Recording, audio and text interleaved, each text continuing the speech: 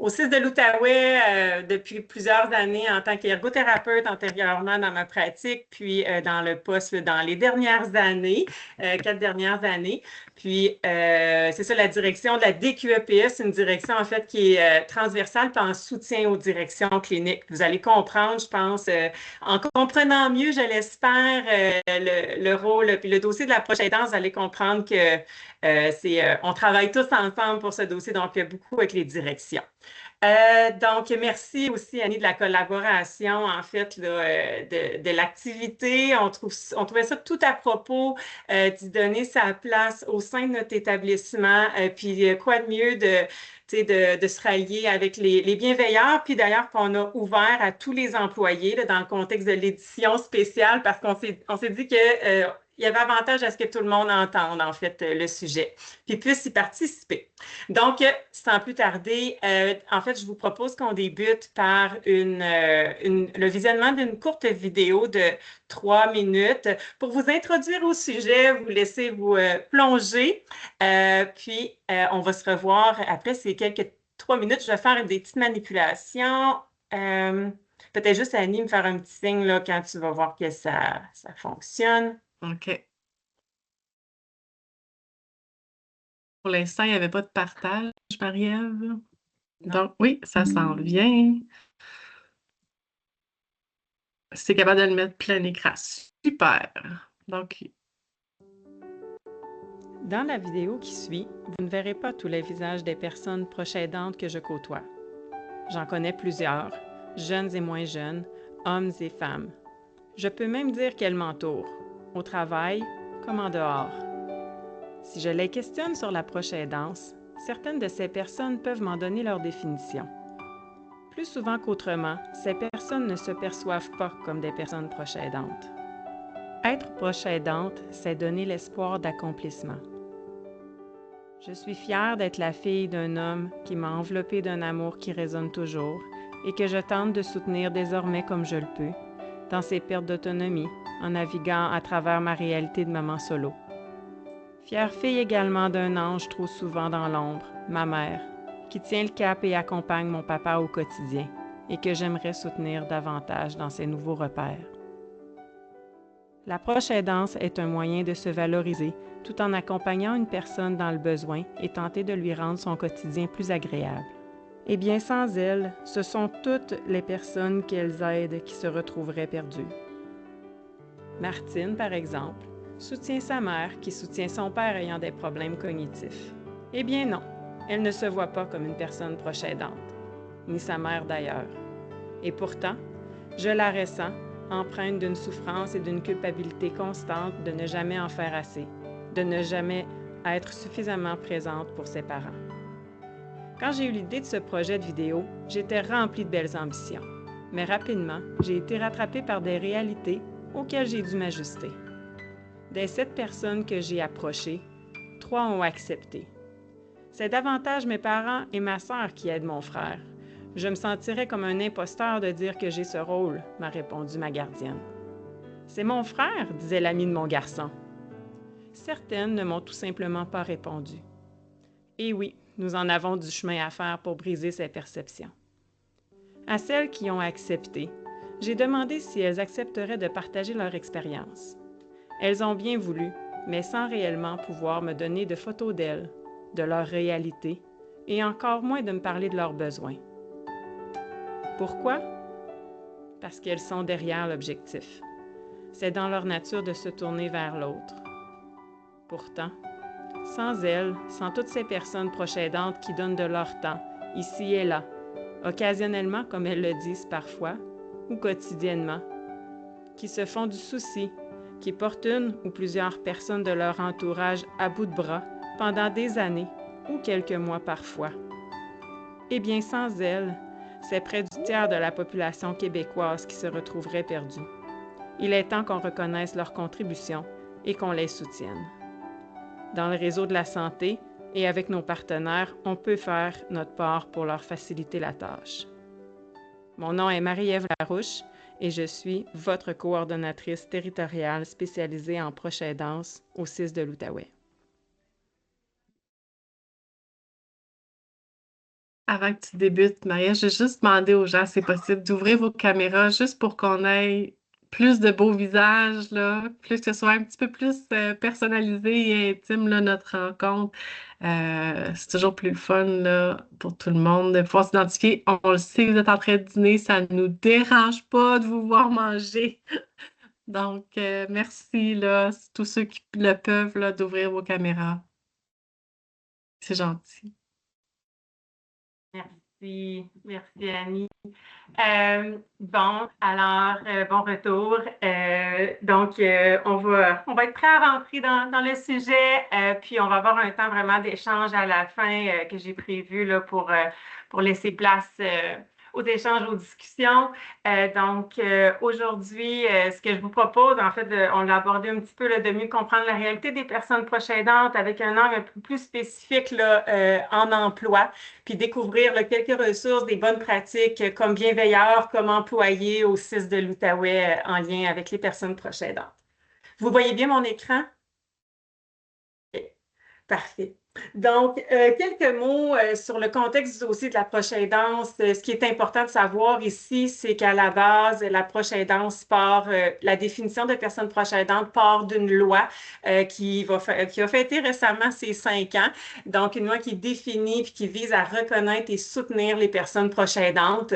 Ensuite, il y a eu une politique rapidement, puis un plan d'action sur 5 ans. On est sur la fin du plan d'action. Puis, il va en avoir d'autres. C'est ça que la loi dit justement que c'est important de se pencher, de considérer les personnes proches aidantes et de les soutenir. Puis moi, en fait, mon rôle puis mon poste a découlé de ce plan d'action-là, donc qui a été mis en place. Si vous voulez, là, j'ai mis, vous allez avoir droit, accès en fait à la présentation que je vais déposer là, dans la conversation suite à notre échange. Puis, j'ai mis les hyperliens si vous souhaitez aller les consulter. Donc, pour, je pense, bien comprendre, bien repérer les personnes proches aidantes, encore faut-il savoir bien la définition. Donc, qu'est-ce que cette définition-là nous dit au sens de la loi? Donc, on parle d'une personne proche aidante. Ça se pourrait que je m'échappe en disant le terme PPA, c'est l'acronyme de personne proche aidante. Donc, on parle d'une personne qui aide une ou plusieurs personnes de son entourage, peu importe l'incapacité, la nature des difficultés de cette personne-là. Donc, on peut parler de difficultés ou d'incapacités qui sont physiques, psychosociales, autres, de différentes natures. Donc, on peut parler d'une personne en jargon là, qui a un trouble de santé mentale, une déficience intellectuelle, trouble du spectre de l'autisme, un cancer. Bon, je ne les nomme pas toutes, mais voilà les différents ordres des incapacités. Peu importe le milieu de vie de la personne aidée, de la personne proche aidante. Donc, pour être au sens de la loi, une personne proche aidante ne se doit pas d'habiter avec la personne qu'elle aide ou qu'elle soutient. La personne aidée peut habiter un CHSLD, une résidence personne aînée, elle peut habiter un autre domicile, un voisin. Donc, c'est vraiment, c'est en fait pas un lien familial, mais un lien affectif avec la personne aidée. Le pourquoi, justement, on peut être une personne proche aidante d'un voisin, un ami, donc au sens de la loi. Peu importe son âge et son sexe, donc la personne qu'on aide, l'âge, a une portée intéressante ici par rapport à la personne proche aidante elle-même, autant de l'aider aussi, mais on peut être un jeune proche aidant, comme par exemple un enfant qui soutient son parent qui a un trouble de santé mentale, par exemple. La jeune proche aidance, on peut la voir dans différents contextes aussi, d'un frère ou une sœur qui soutient son frère ou sa sœur qui a une déficience intellectuelle, par exemple. Ici, prochaine diapo, donc le soutien. On parle beaucoup qui apporte un soutien. Le soutien peut être continu ou occasionnel. Donc, on peut parler de plusieurs heures par jour, comme un parent qui soutient son enfant avec des besoins particuliers, ou encore de façon occasionnelle, donc quelques heures par semaine. On peut parler d'un soutien qui est à court ou à long terme, donc sur 1 mois, 2 mois ou toute une vie. Dans les différents contextes aussi, c'est là que ça vient varier. Une blessure orthopédique, par exemple, c'est quelques mois, mais on est plus à court terme. À titre non professionnel, ce que ça veut dire ici, c'est que ce n'est pas dans un cadre. On est une personne proche aidante, il n'y a pas de financement ou de rémunération associée. Puis le cadre et la structure font référence, exemple, à un bénévole. Le bénévole ou le père aidant famille, bon, ce sont des contextes de soutien, oui, qui sont non négligeables, certes, mais qui s'inscrivent dans un cadre, donc qui sont bien définis. Le rôle de personne proche aidante, c'est pas le cas. Donc, c'est aussi un soutien qui se fait de manière libre, éclairée et révocable. On pourrait en parler longtemps de cet aspect-là. Vous allez me dire, c'est ça, la proche aidance, on ne fait pas toujours un choix libre, éclairé. La notion, justement, quand même, de dire que c'est révocable, on peut-tu vraiment se dégager de ce rôle-là? Bon, c'est des questions fort intéressantes, puis qu'on peut débattre, mais c'est dans la perspective où il faut que ce soit quelque chose qui est volontaire, puis qui aussi à laquelle on peut mettre nos limites en tant que personne proche aidante. On va l'adoucir en ce sens-là. Les types de soutien, je pense que c'est là que ça vient un petit peu plus mettre des exemples concrets sur puis toute la diversité, en fait, des soutiens qu'une personne proche aidante peut apporter à la personne qu'elle aide. Donc, on peut parler d'aide aux travaux domestiques, le transport, l'aide aux soins personnels, à coordonner les soins et services, accompagner la personne, le soutien à la participation sociale. Dans ma vidéo, vous avez vu des personnes proches aidantes qui accompagnent dans une course. Bon, fait en ce sens-là, le soutien émotionnel, donc qui est un gros aspect du rôle de la personne proche aidante, et aussi toute la question des obligations, la question administrative, tout le soutien qui est apporté à compléter les formulaires, faire des demandes. Donc, tous ces aspects-là font partie des soutiens qui font des rôles et responsabilités de la personne ou des personnes proches aidantes qui gravitent autour d'une personne aidée. Alors, c'est le temps d'interagir un petit peu, de tester vos connaissances, si ça vous le tente, si ça vous dit. Vous pouvez répondre vrai ou faux là, à mes questions dans la conversation. En vous basant sur les statistiques québécoises, selon vous, est-ce que c'est vrai ou faux de dire qu'une personne sur toi présente, bon, à ce midi-conférence ou dans différents contextes, est une personne proche aidante?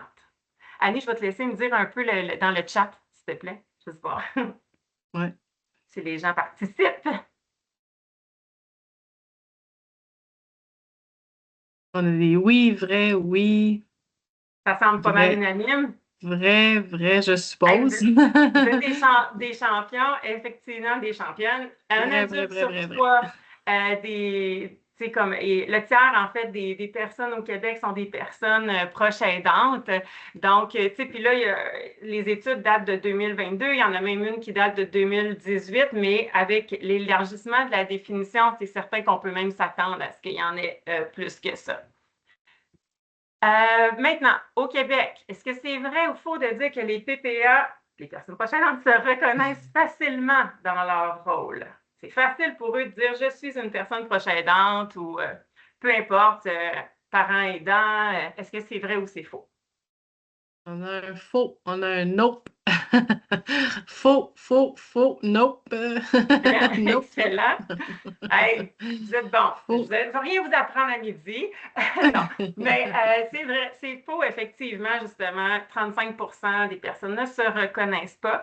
C'est en fait justement lorsqu'on se met à discuter avec elles, échanger sur ah oui, tu sais, puis comme quel soutien t'apporte, puis que là, on pose un petit peu plus des questions dans ce sens-là, qu'elles constatent qu'elles sont vraiment des personnes proches aidantes. Puis il y a beaucoup de mythes associés à la proche aidance, je pense qu'en ayant parlé de la définition, mais tout cet aspect-là aussi qui est à démystifier. Pourquoi se reconnaître comme personne proche aidante? Encore, c'est un aspect de dire qu'elles ne se reconnaissent pas, mais pourquoi c'est important, en fait, de se reconnaître comme personne proche aidante ou de reconnaître nos collègues, nos amis comme personnes proche aidantes? C'est vraiment amener la personne à prendre conscience de ses propres besoins, qu'elle se sente moins isolée aussi dans sa situation parce que, bon, les personnes proches aidantes vivent beaucoup d'isolement, se sentent seules. Fait que dans cette perspective-là, l'auto-reconnaissance ou la reconnaissance de leur rôle est importante, puis aussi de leur responsabilité pour éventuellement aussi faire un pas vers accéder à des services de soutien. je vais apporter une nuance ici que dans le rôle de bienveillant, de collègue, l'étiquette de proche aidant, c'est pas quelque chose qu'on souhaite puis qu'on doit imposer. Si la personne se définit comme à la base, une conjointe, une sœur, un ami, c'est correct. C'est pas l'idée n'est pas de l'imposer, cette reconnaissance-là, mais plutôt de reconnaître leur rôle, leur rapport, puis l'importance aussi de s'accorder une place dans leur responsabilité, puis de aussi c'est ça, faire un pas vers l'accès aux services et au soutien qu'elles ont droit et qu'elles ont besoin. Une petite attention particulière dans le sens où certaines personnes proches aidantes ne se reconnaissent moins, mais encore plus de difficultés à se reconnaître. Donc, je vous ai mis les 5 figures de cas. Bon, les femmes, dans un peu leur rôle au niveau des responsabilités qu'elles portent par rapport aux soins, au travail. Bon, mais moi, c'est normal, c'est ça, ça fait partie de mes rôles, responsabilités. Les personnes qui prennent soin aussi d'une personne avec un trouble de santé mentale, tout en lien avec la stigmatisation, la peur d'être stigmatisée dans ce rôle-là, d'être jugée. Donc, ont moins tendance à s'auto-reconnaître ou à se reconnaître comme une personne proche aidante. Les enfants avec des besoins particuliers aussi, les parents d'enfants, pardon, avec besoins particuliers, ben, qui se perçoivent à la base comme parents, que c'est dans leur rôle, mais justement, la nuance vient du fait que les responsabilités supplémentaires qui sont associées avec les besoins particuliers, les rendez-vous, les associés à besoins de leur enfant. Et à la base, ils se voient comme des parents. Ensuite de ça, les personnes issues des groupes minoritaires, diversité ethnoculturelle, souvent ça peut être perçu comme dans leurs valeurs, dans leur culture, de prendre soin d'un membre de leurs proches. Donc, ils ne se reconnaîtront pas dans ce rôle, puis il sauront encore moins qu'il y a des ressources pour elles dans l'appropriation de ce rôle-là. Et finalement, les jeunes personnes proches aidantes, donc, c'est certain que, bon, ils vont avoir des craintes dans ces contextes-là de justement, quand ils prennent soin d'un parent avec, tantôt je donnais l'exemple des troubles de santé mentale, ben, des parents dénoncés au niveau des protections de la jeunesse, de prendre un rôle supplémentaire qui ne leur appartient pas, mais qu'ils veulent puis qu'ils jugent important d'avoir, donc n'oseront pas aussi ou vont avoir moins tendance à se reconnaître. Pas oser non plus d'en parler aux amis parce que ça fait partie aussi parfois de même leur culture, hein, dans d'autres cas. Alors, ici, prochain vrai ou faux. Les personnes proches aidantes parlent ouvertement de leurs besoins personnels, leurs besoins à eux. Est-ce que, selon vous, c'est vrai ou c'est faux qu'ils ont de la facilité à parler de leurs propres besoins? Non, faux, non. Faux, non, faux. Non, Exactement. faux. Je pense que vous avez mis le doigt sur quelque chose, justement. Bon, un peu souffrir en silence, je ne veux pas nécessairement dire ici qu'il y a juste de la souffrance. Vraiment pas, c'est pas ça que je veux dire. Au contraire, là, je pense qu'il y a beaucoup de personnes proches aidantes qui donnent sens à leur vie, qui vont chercher beaucoup de résilience, de force dans tout ça, là, mais la souffrance qu'elles vivent passe en silence. Pourquoi? Parce qu'elles pensent d'abord à leurs proches. On le voit ici, ça c'est facile.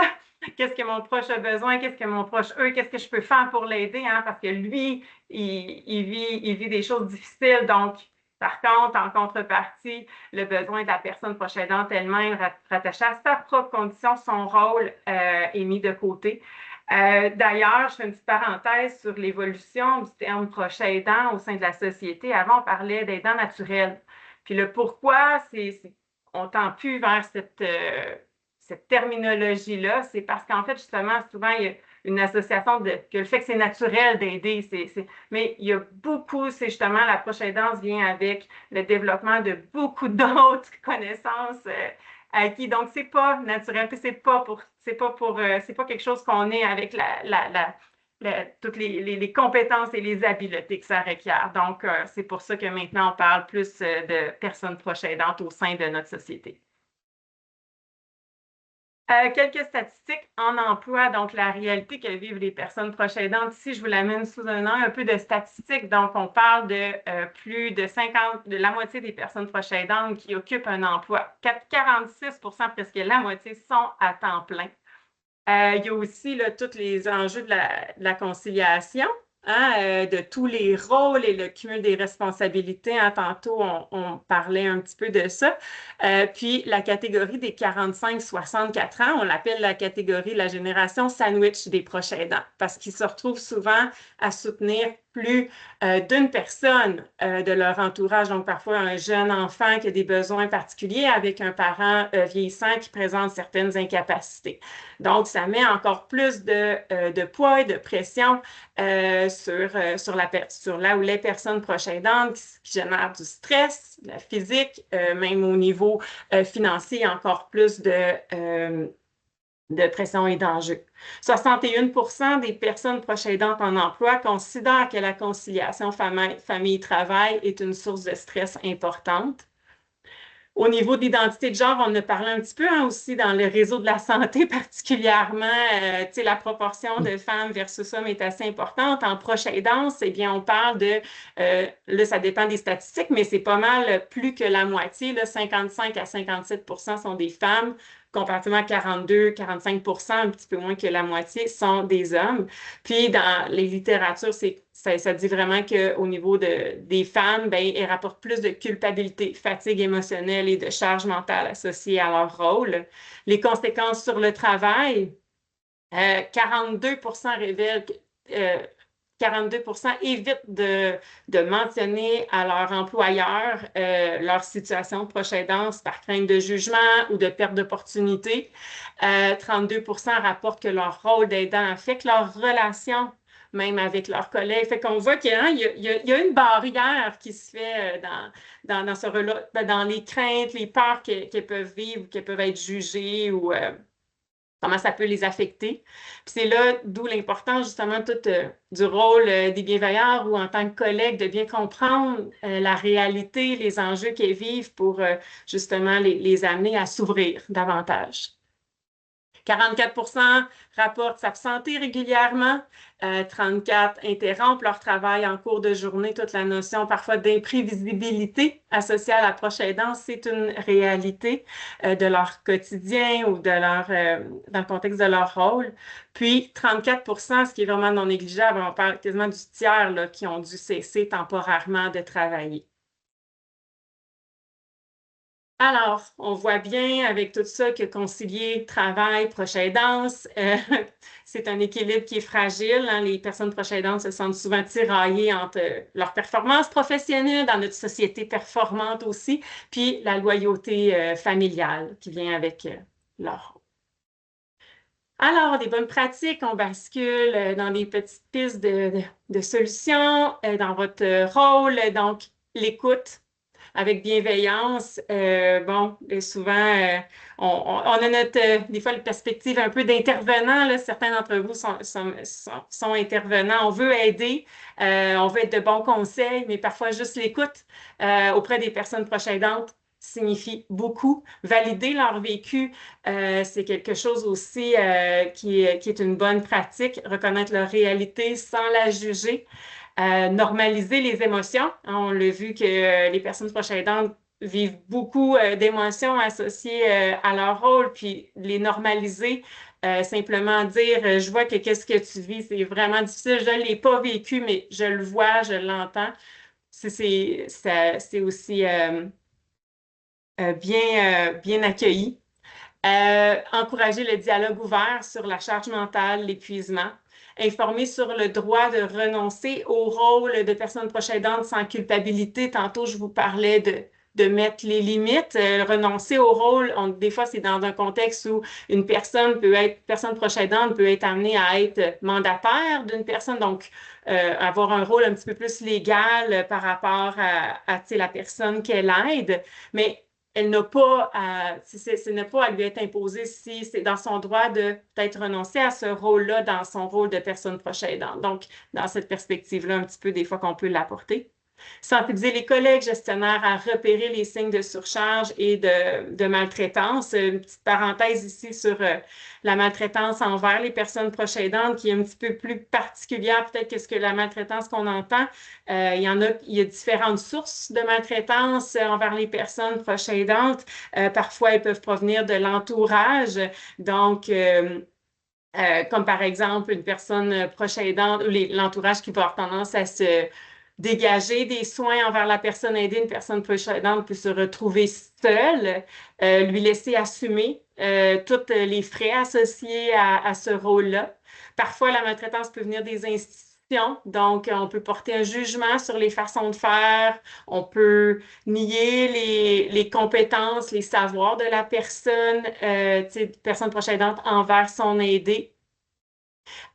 Des fois, dans la troisième source, on peut parler qu'elle peut venir aussi de la personne aidée elle-même envers la personne proche aidante. Souvent, ça, des fois, c'est un angle qu'on ne voit pas, mais comme par exemple, refuser des soins de répit à la maison, qu'une personne aidée refuse les soins que la personne pourrait bénéficier pour alléger sa tâche, lui donner un petit moment pour faire autre chose, c'est une forme de maltraitance envers la personne proche aidante. Et la dernière, qui est vraiment, oups, pardon, dans le contexte plus spécifique là, à la maltraitance envers les personnes proches aidantes, provient de la personne proche aidante elle-même. Donc, ne pas voir tout ce qu'elle apporte, avoir toujours le sentiment de ne pas en faire assez, de pas, c'est ça, de pas faire les bons choix. Donc, ça, c'est une source de maltraitance qui est particulièrement spécifique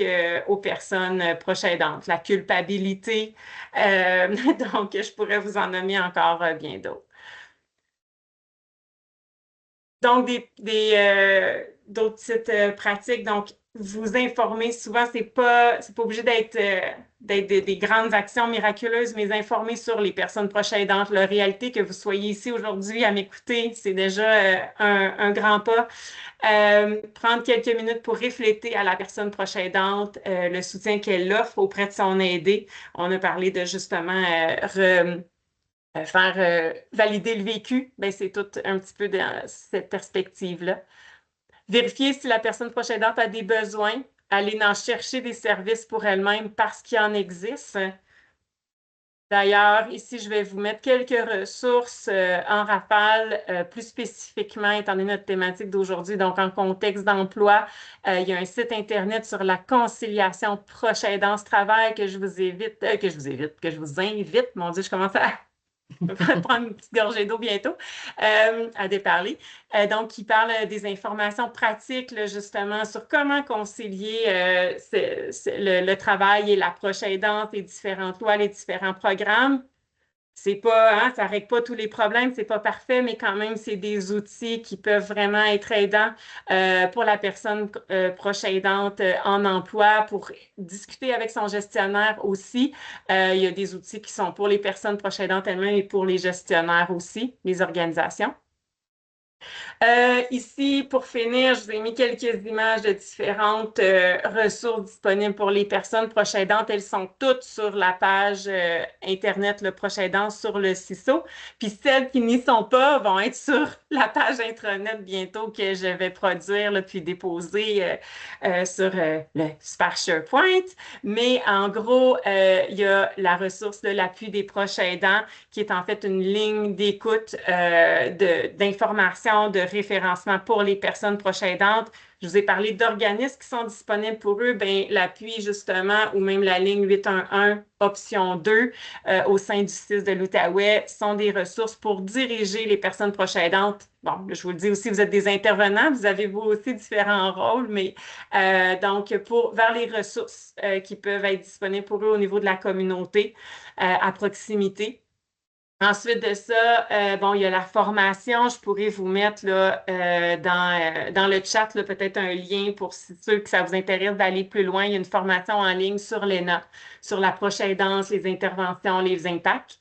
Les outils, je vous ai parlé de la bientraitance, la maltraitance, donc une belle boîte à outils en ligne. Puis aussi même pour les jeunes proches aidants ici, là, le questionnaire de Lou qui est une super belle ressource aussi pour sensibiliser sur la jeune proche aidance. Je pense que ça fait le tour. J'ai fini. Merci de votre écoute, tout le monde. Je vais départager.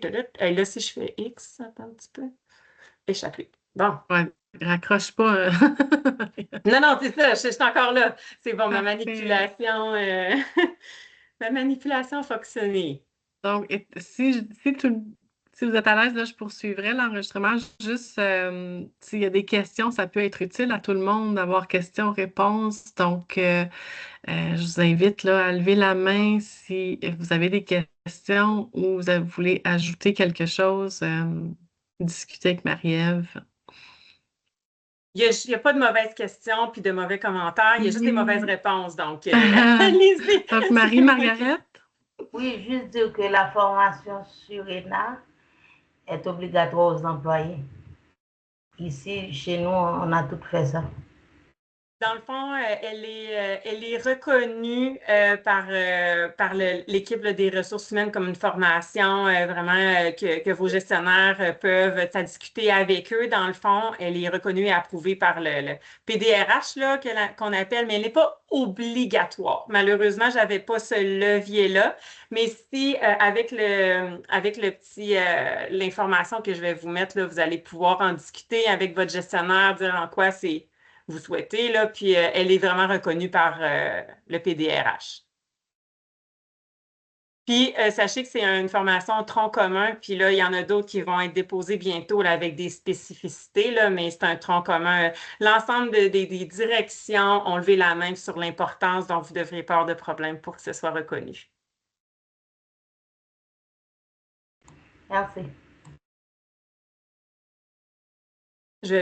Puis je vais déposer là, toute la petite fiche là, dans la conversation à la fin. Vous allez pouvoir, ça va être facilement avec les codes QR, là, facilement accessible pour vous. Est-ce qu'il y avait une autre main de levée? Est-ce qu'il y a une autre question, commentaire? Nathalie? Il y avait je pense que Marie-Margaret quelqu'un avant peut-être? Marie-Margaret, elle a parlé, donc Ah, OK, c'est Ah, OK. oui, Bon. Nathalie? Oui, ben merci beaucoup. C'était vraiment là, très pertinent et instructif. Puis je trouve que ça accorde bien dans notre rôle de bienveilleur parce que tu sais, on est tous des bienveilleurs, on n'est pas tous des intervenants. Puis avec tous les gens, mais de dire à quel point tu es dans la bienveillance. Puis des fois, on oublie les réalités des personnes. Là. Donc, merci beaucoup pour cette sensibilisation-là. Puis aussi, j'ai appris des choses. Je m'ai appris que j'étais une proche aidante, puis je ne le savais pas. Que je ne m'identifiais pas là-dedans. Fait que c'est pour ça qu'au départ, les vidéos, là, en tout cas, ça m'a bien touchée, parler aussi. Puis je me suis dit, ah oui, on se perçoit souvent plus comme une amie ou je suis la fille de mon parent âgé. Je ne suis pas une proche aidante, être autonome, mais je fais plein de choses pour elle. Mais en tout cas, fait que je trouvais ça, c'était vraiment intéressant. Fait que, ben, merci beaucoup. Puis tu maîtrises très bien ton sujet. Donc, tu vas pouvoir être pour notre communauté de bienveilleurs une belle personne ressource aux besoins. Merci. Merci Nathalie pour l'ouverture, là, la transparence dans comment tu l'as vécu et reçu. Puis je pense que tu n'es sûrement pas la seule. Toi, c'était la première à oser le dire, mais sûrement pas la seule. Mais bref, c'est ça, souvent, ça a un peu cet effet-là. Puis en fait, c'est ça, on veut se sortir de la pression qu'on met sur les individus, la personne proche aidante. Parfois, justement, elle se retrouve avec un réseau autour, puis les autres ne se perçoivent pas parce qu'il y a des mythes associés. Puis j'espère peut-être avoir su les déconstruire aujourd'hui. Chacun à votre propre façon, je suis certaine que si vous ne l'avez pas déjà été, vous l'êtes, vous allez le devenir. On devrait tous être concernés, en fait, par la prochaine danse. Merci. Geneviève? Ton micro, je t'entends pas. Voilà. Merci pour le webinaire sur la prochaine danse et d'avoir aussi inclus un volet par rapport à la prochaine danse en santé mentale. comme dans la région, il y a un organisme qui soutient les proches en santé mentale qui s'appelle l'Apogée, qui est disponible à offrir des services pour la population. Fait que ça va être super génial de l'inclure sur ce que tu veux faire dans l'intranet. Puis je pourrais aussi collaborer là, avec toi par rapport à ça pour le volet de l'Apogée. Il y a aussi Cap Santé mentale qui a fait une campagne de sensibilisation de 5 jours par rapport aux proches de personnes avec un trouble de santé mentale, mais avec vraiment un regard de l'employeur. Fait qu'on a des outils qui sont pour les proches, pour les employeurs, puis on a des personnes aussi de la DRH. Fait que je vais vous mettre le lien dans le chat, comme ça peut être des ressources qui pourraient être intéressantes à la fois pour les bienveilleurs puis pour notre employeur. Oui, c'est ça. Je suis pas allée dans tout le détail des ressources communautaires, mais effectivement, déjà, de savoir reconnaître les gens autour de nous, puis leur dire qu'il y a des ressources pour elles, c'est justement le pas qui est difficile. Puis, mais il y en a beaucoup d'organismes dans la communauté, puis c'est ça, je pense. Merci, Geneviève, de l'avoir nommé.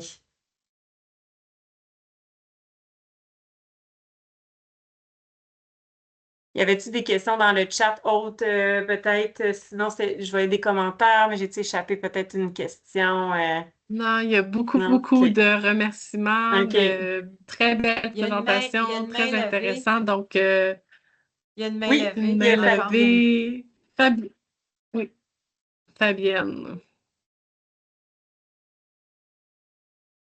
Le micro est fermé. Désolée, désolée. Je Parfait. voudrais rejoindre Nathalie aussi pour ce qu'elle a dit. C'est la même chose que je dirais aussi. Et puis moi, personnellement, j'ai ma mère âgée avec moi à la maison. Et pour vous dire que c'est pas facile, mais je ne pense jamais à aller vers des ressources. Je ne pense jamais à demander de l'aide. Et ce que j'ai remarqué aussi pour moi, et surtout pour une collègue amie que je connais depuis quelques années dans le CISO, le fait qu'on est déjà professionnel de la santé, c'est comme si on en pitch d'un revers de la main. Il y a des choses, des soins à prendre, donc tu es infirmière, donc c'est correct. Donc, on voit la personne avec tous ses problèmes de santé, donc parce qu'à la maison, il y a une infirmière. Donc, je dirais que pour cette amie-là, c'est vraiment dur depuis des années. Elle cherche de l'aide, elle cherche à avoir du soutien à domicile, mais ça n'a jamais été donné parce que justement, elle est infirmière. Donc, c'est l'un des aspects aussi qu'on peut aborder à un moment donné. Et pour cela, et puis les ressources, je suis bien contente. Et puis là, je viens d'être réveillée pour savoir que moi aussi, je peux avoir des ressources. Merci encore. Excellent. Merci de votre partage, votre commentaire. Effectivement, c'est ça, c'est des réalités, hein, puis c'est un fait. Mais je pense que c'est ça, en prenant connaissance puis en étant plus sensible aux réalités, ben on se permet de s'accorder une place, hein, puis de se mettre dans une posture aussi qu'on a d'autres rôles aussi à jouer. On n'a pas juste celui-là, mais de trouver l'équilibre dans tout ça. Dans notre chapeau de professionnel, chapeau de proche aidant, chapeau de fille. Zoulef. Il y avait Soulef. Oui, d'abord, merci beaucoup. Là, j'ai bien apprécié vraiment la formation. C'est très, très, très pertinent. Parce qu'avant, moi, surtout, mes clientèles sont des personnes âgées et des proches aidants, parfois sont épuisés. Et j'étais vraiment limitée juste avec du côté actif, juste vraiment de compréhension, juste vraiment d'être auprès d'eux pour dire, ben, prenez le temps pour vous, reposez-vous de temps en temps, on est là. Mais maintenant, je sais qu'ils ont vraiment des ressources que je peux orienter mes clientèles vers ces ressources pour vraiment comme soulager l'ampleur et diminuer l'épuisement qui vraiment, tu vois, ils sont beaucoup de charges sur leurs épaules et ça va m'aider à les orienter dans le futur. Et j'ai une petite question. Est-ce qu'il y a vraiment des interventions qu'on peut le faire pour prévenir l'épuisement des proches aidants? Parce qu'ils jouent parfois leur rôle et eux, ils ne sont même pas conscients qu'ils sont des proches aidants. Donc, comment nous, on va vraiment sensibiliser ces proches aidants qui vraiment, oui, effectivement, vous êtes des proches aidants et on veut vraiment vous aider pour que vous n'allez pas jusqu'à épuisement.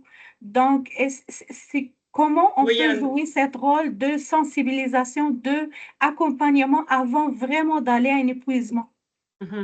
Oui, il y en a beaucoup, il y en a beaucoup des ressources qui permettent d'aider un petit peu vous me parlez un petit peu plus dans la posture d'intervenant actuellement, si je comprends bien.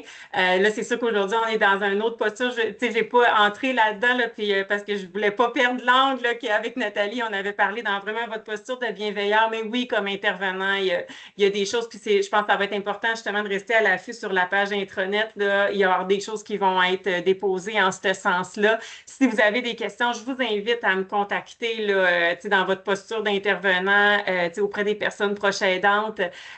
Oui, vous avez des leviers, puis oui, il y en a des ressources, on pourrait le regarder ensemble. Merci d'être sensible à leur réalité et à leurs besoins. Comme je vous dis, je pense que déjà là, c'est déjà beaucoup de s'ouvrir, de reconnaître, de le nommer. C'est un grand pas pour les personnes proches aidantes, souvent qui ne vont pas chercher les services. On va prendre la dernière intervention. Il est déjà Oui. 1h moins 2. On sait que les gens doivent retourner, mais j'apprécie vraiment que vous soyez nombreux présents et que vous interagissiez. C'est super. Donc, Fabienne.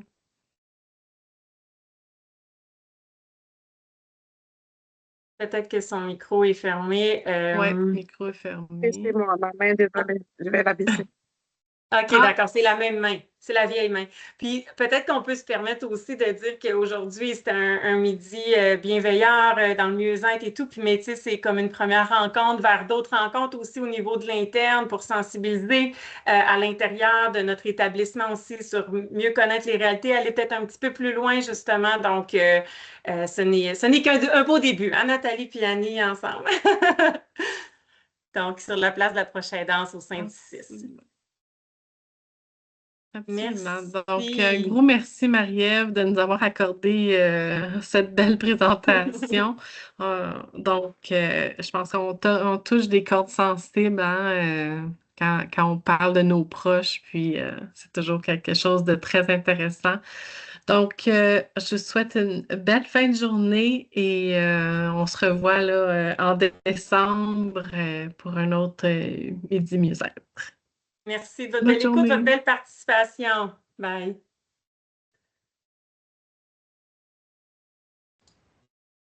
Merci, bye.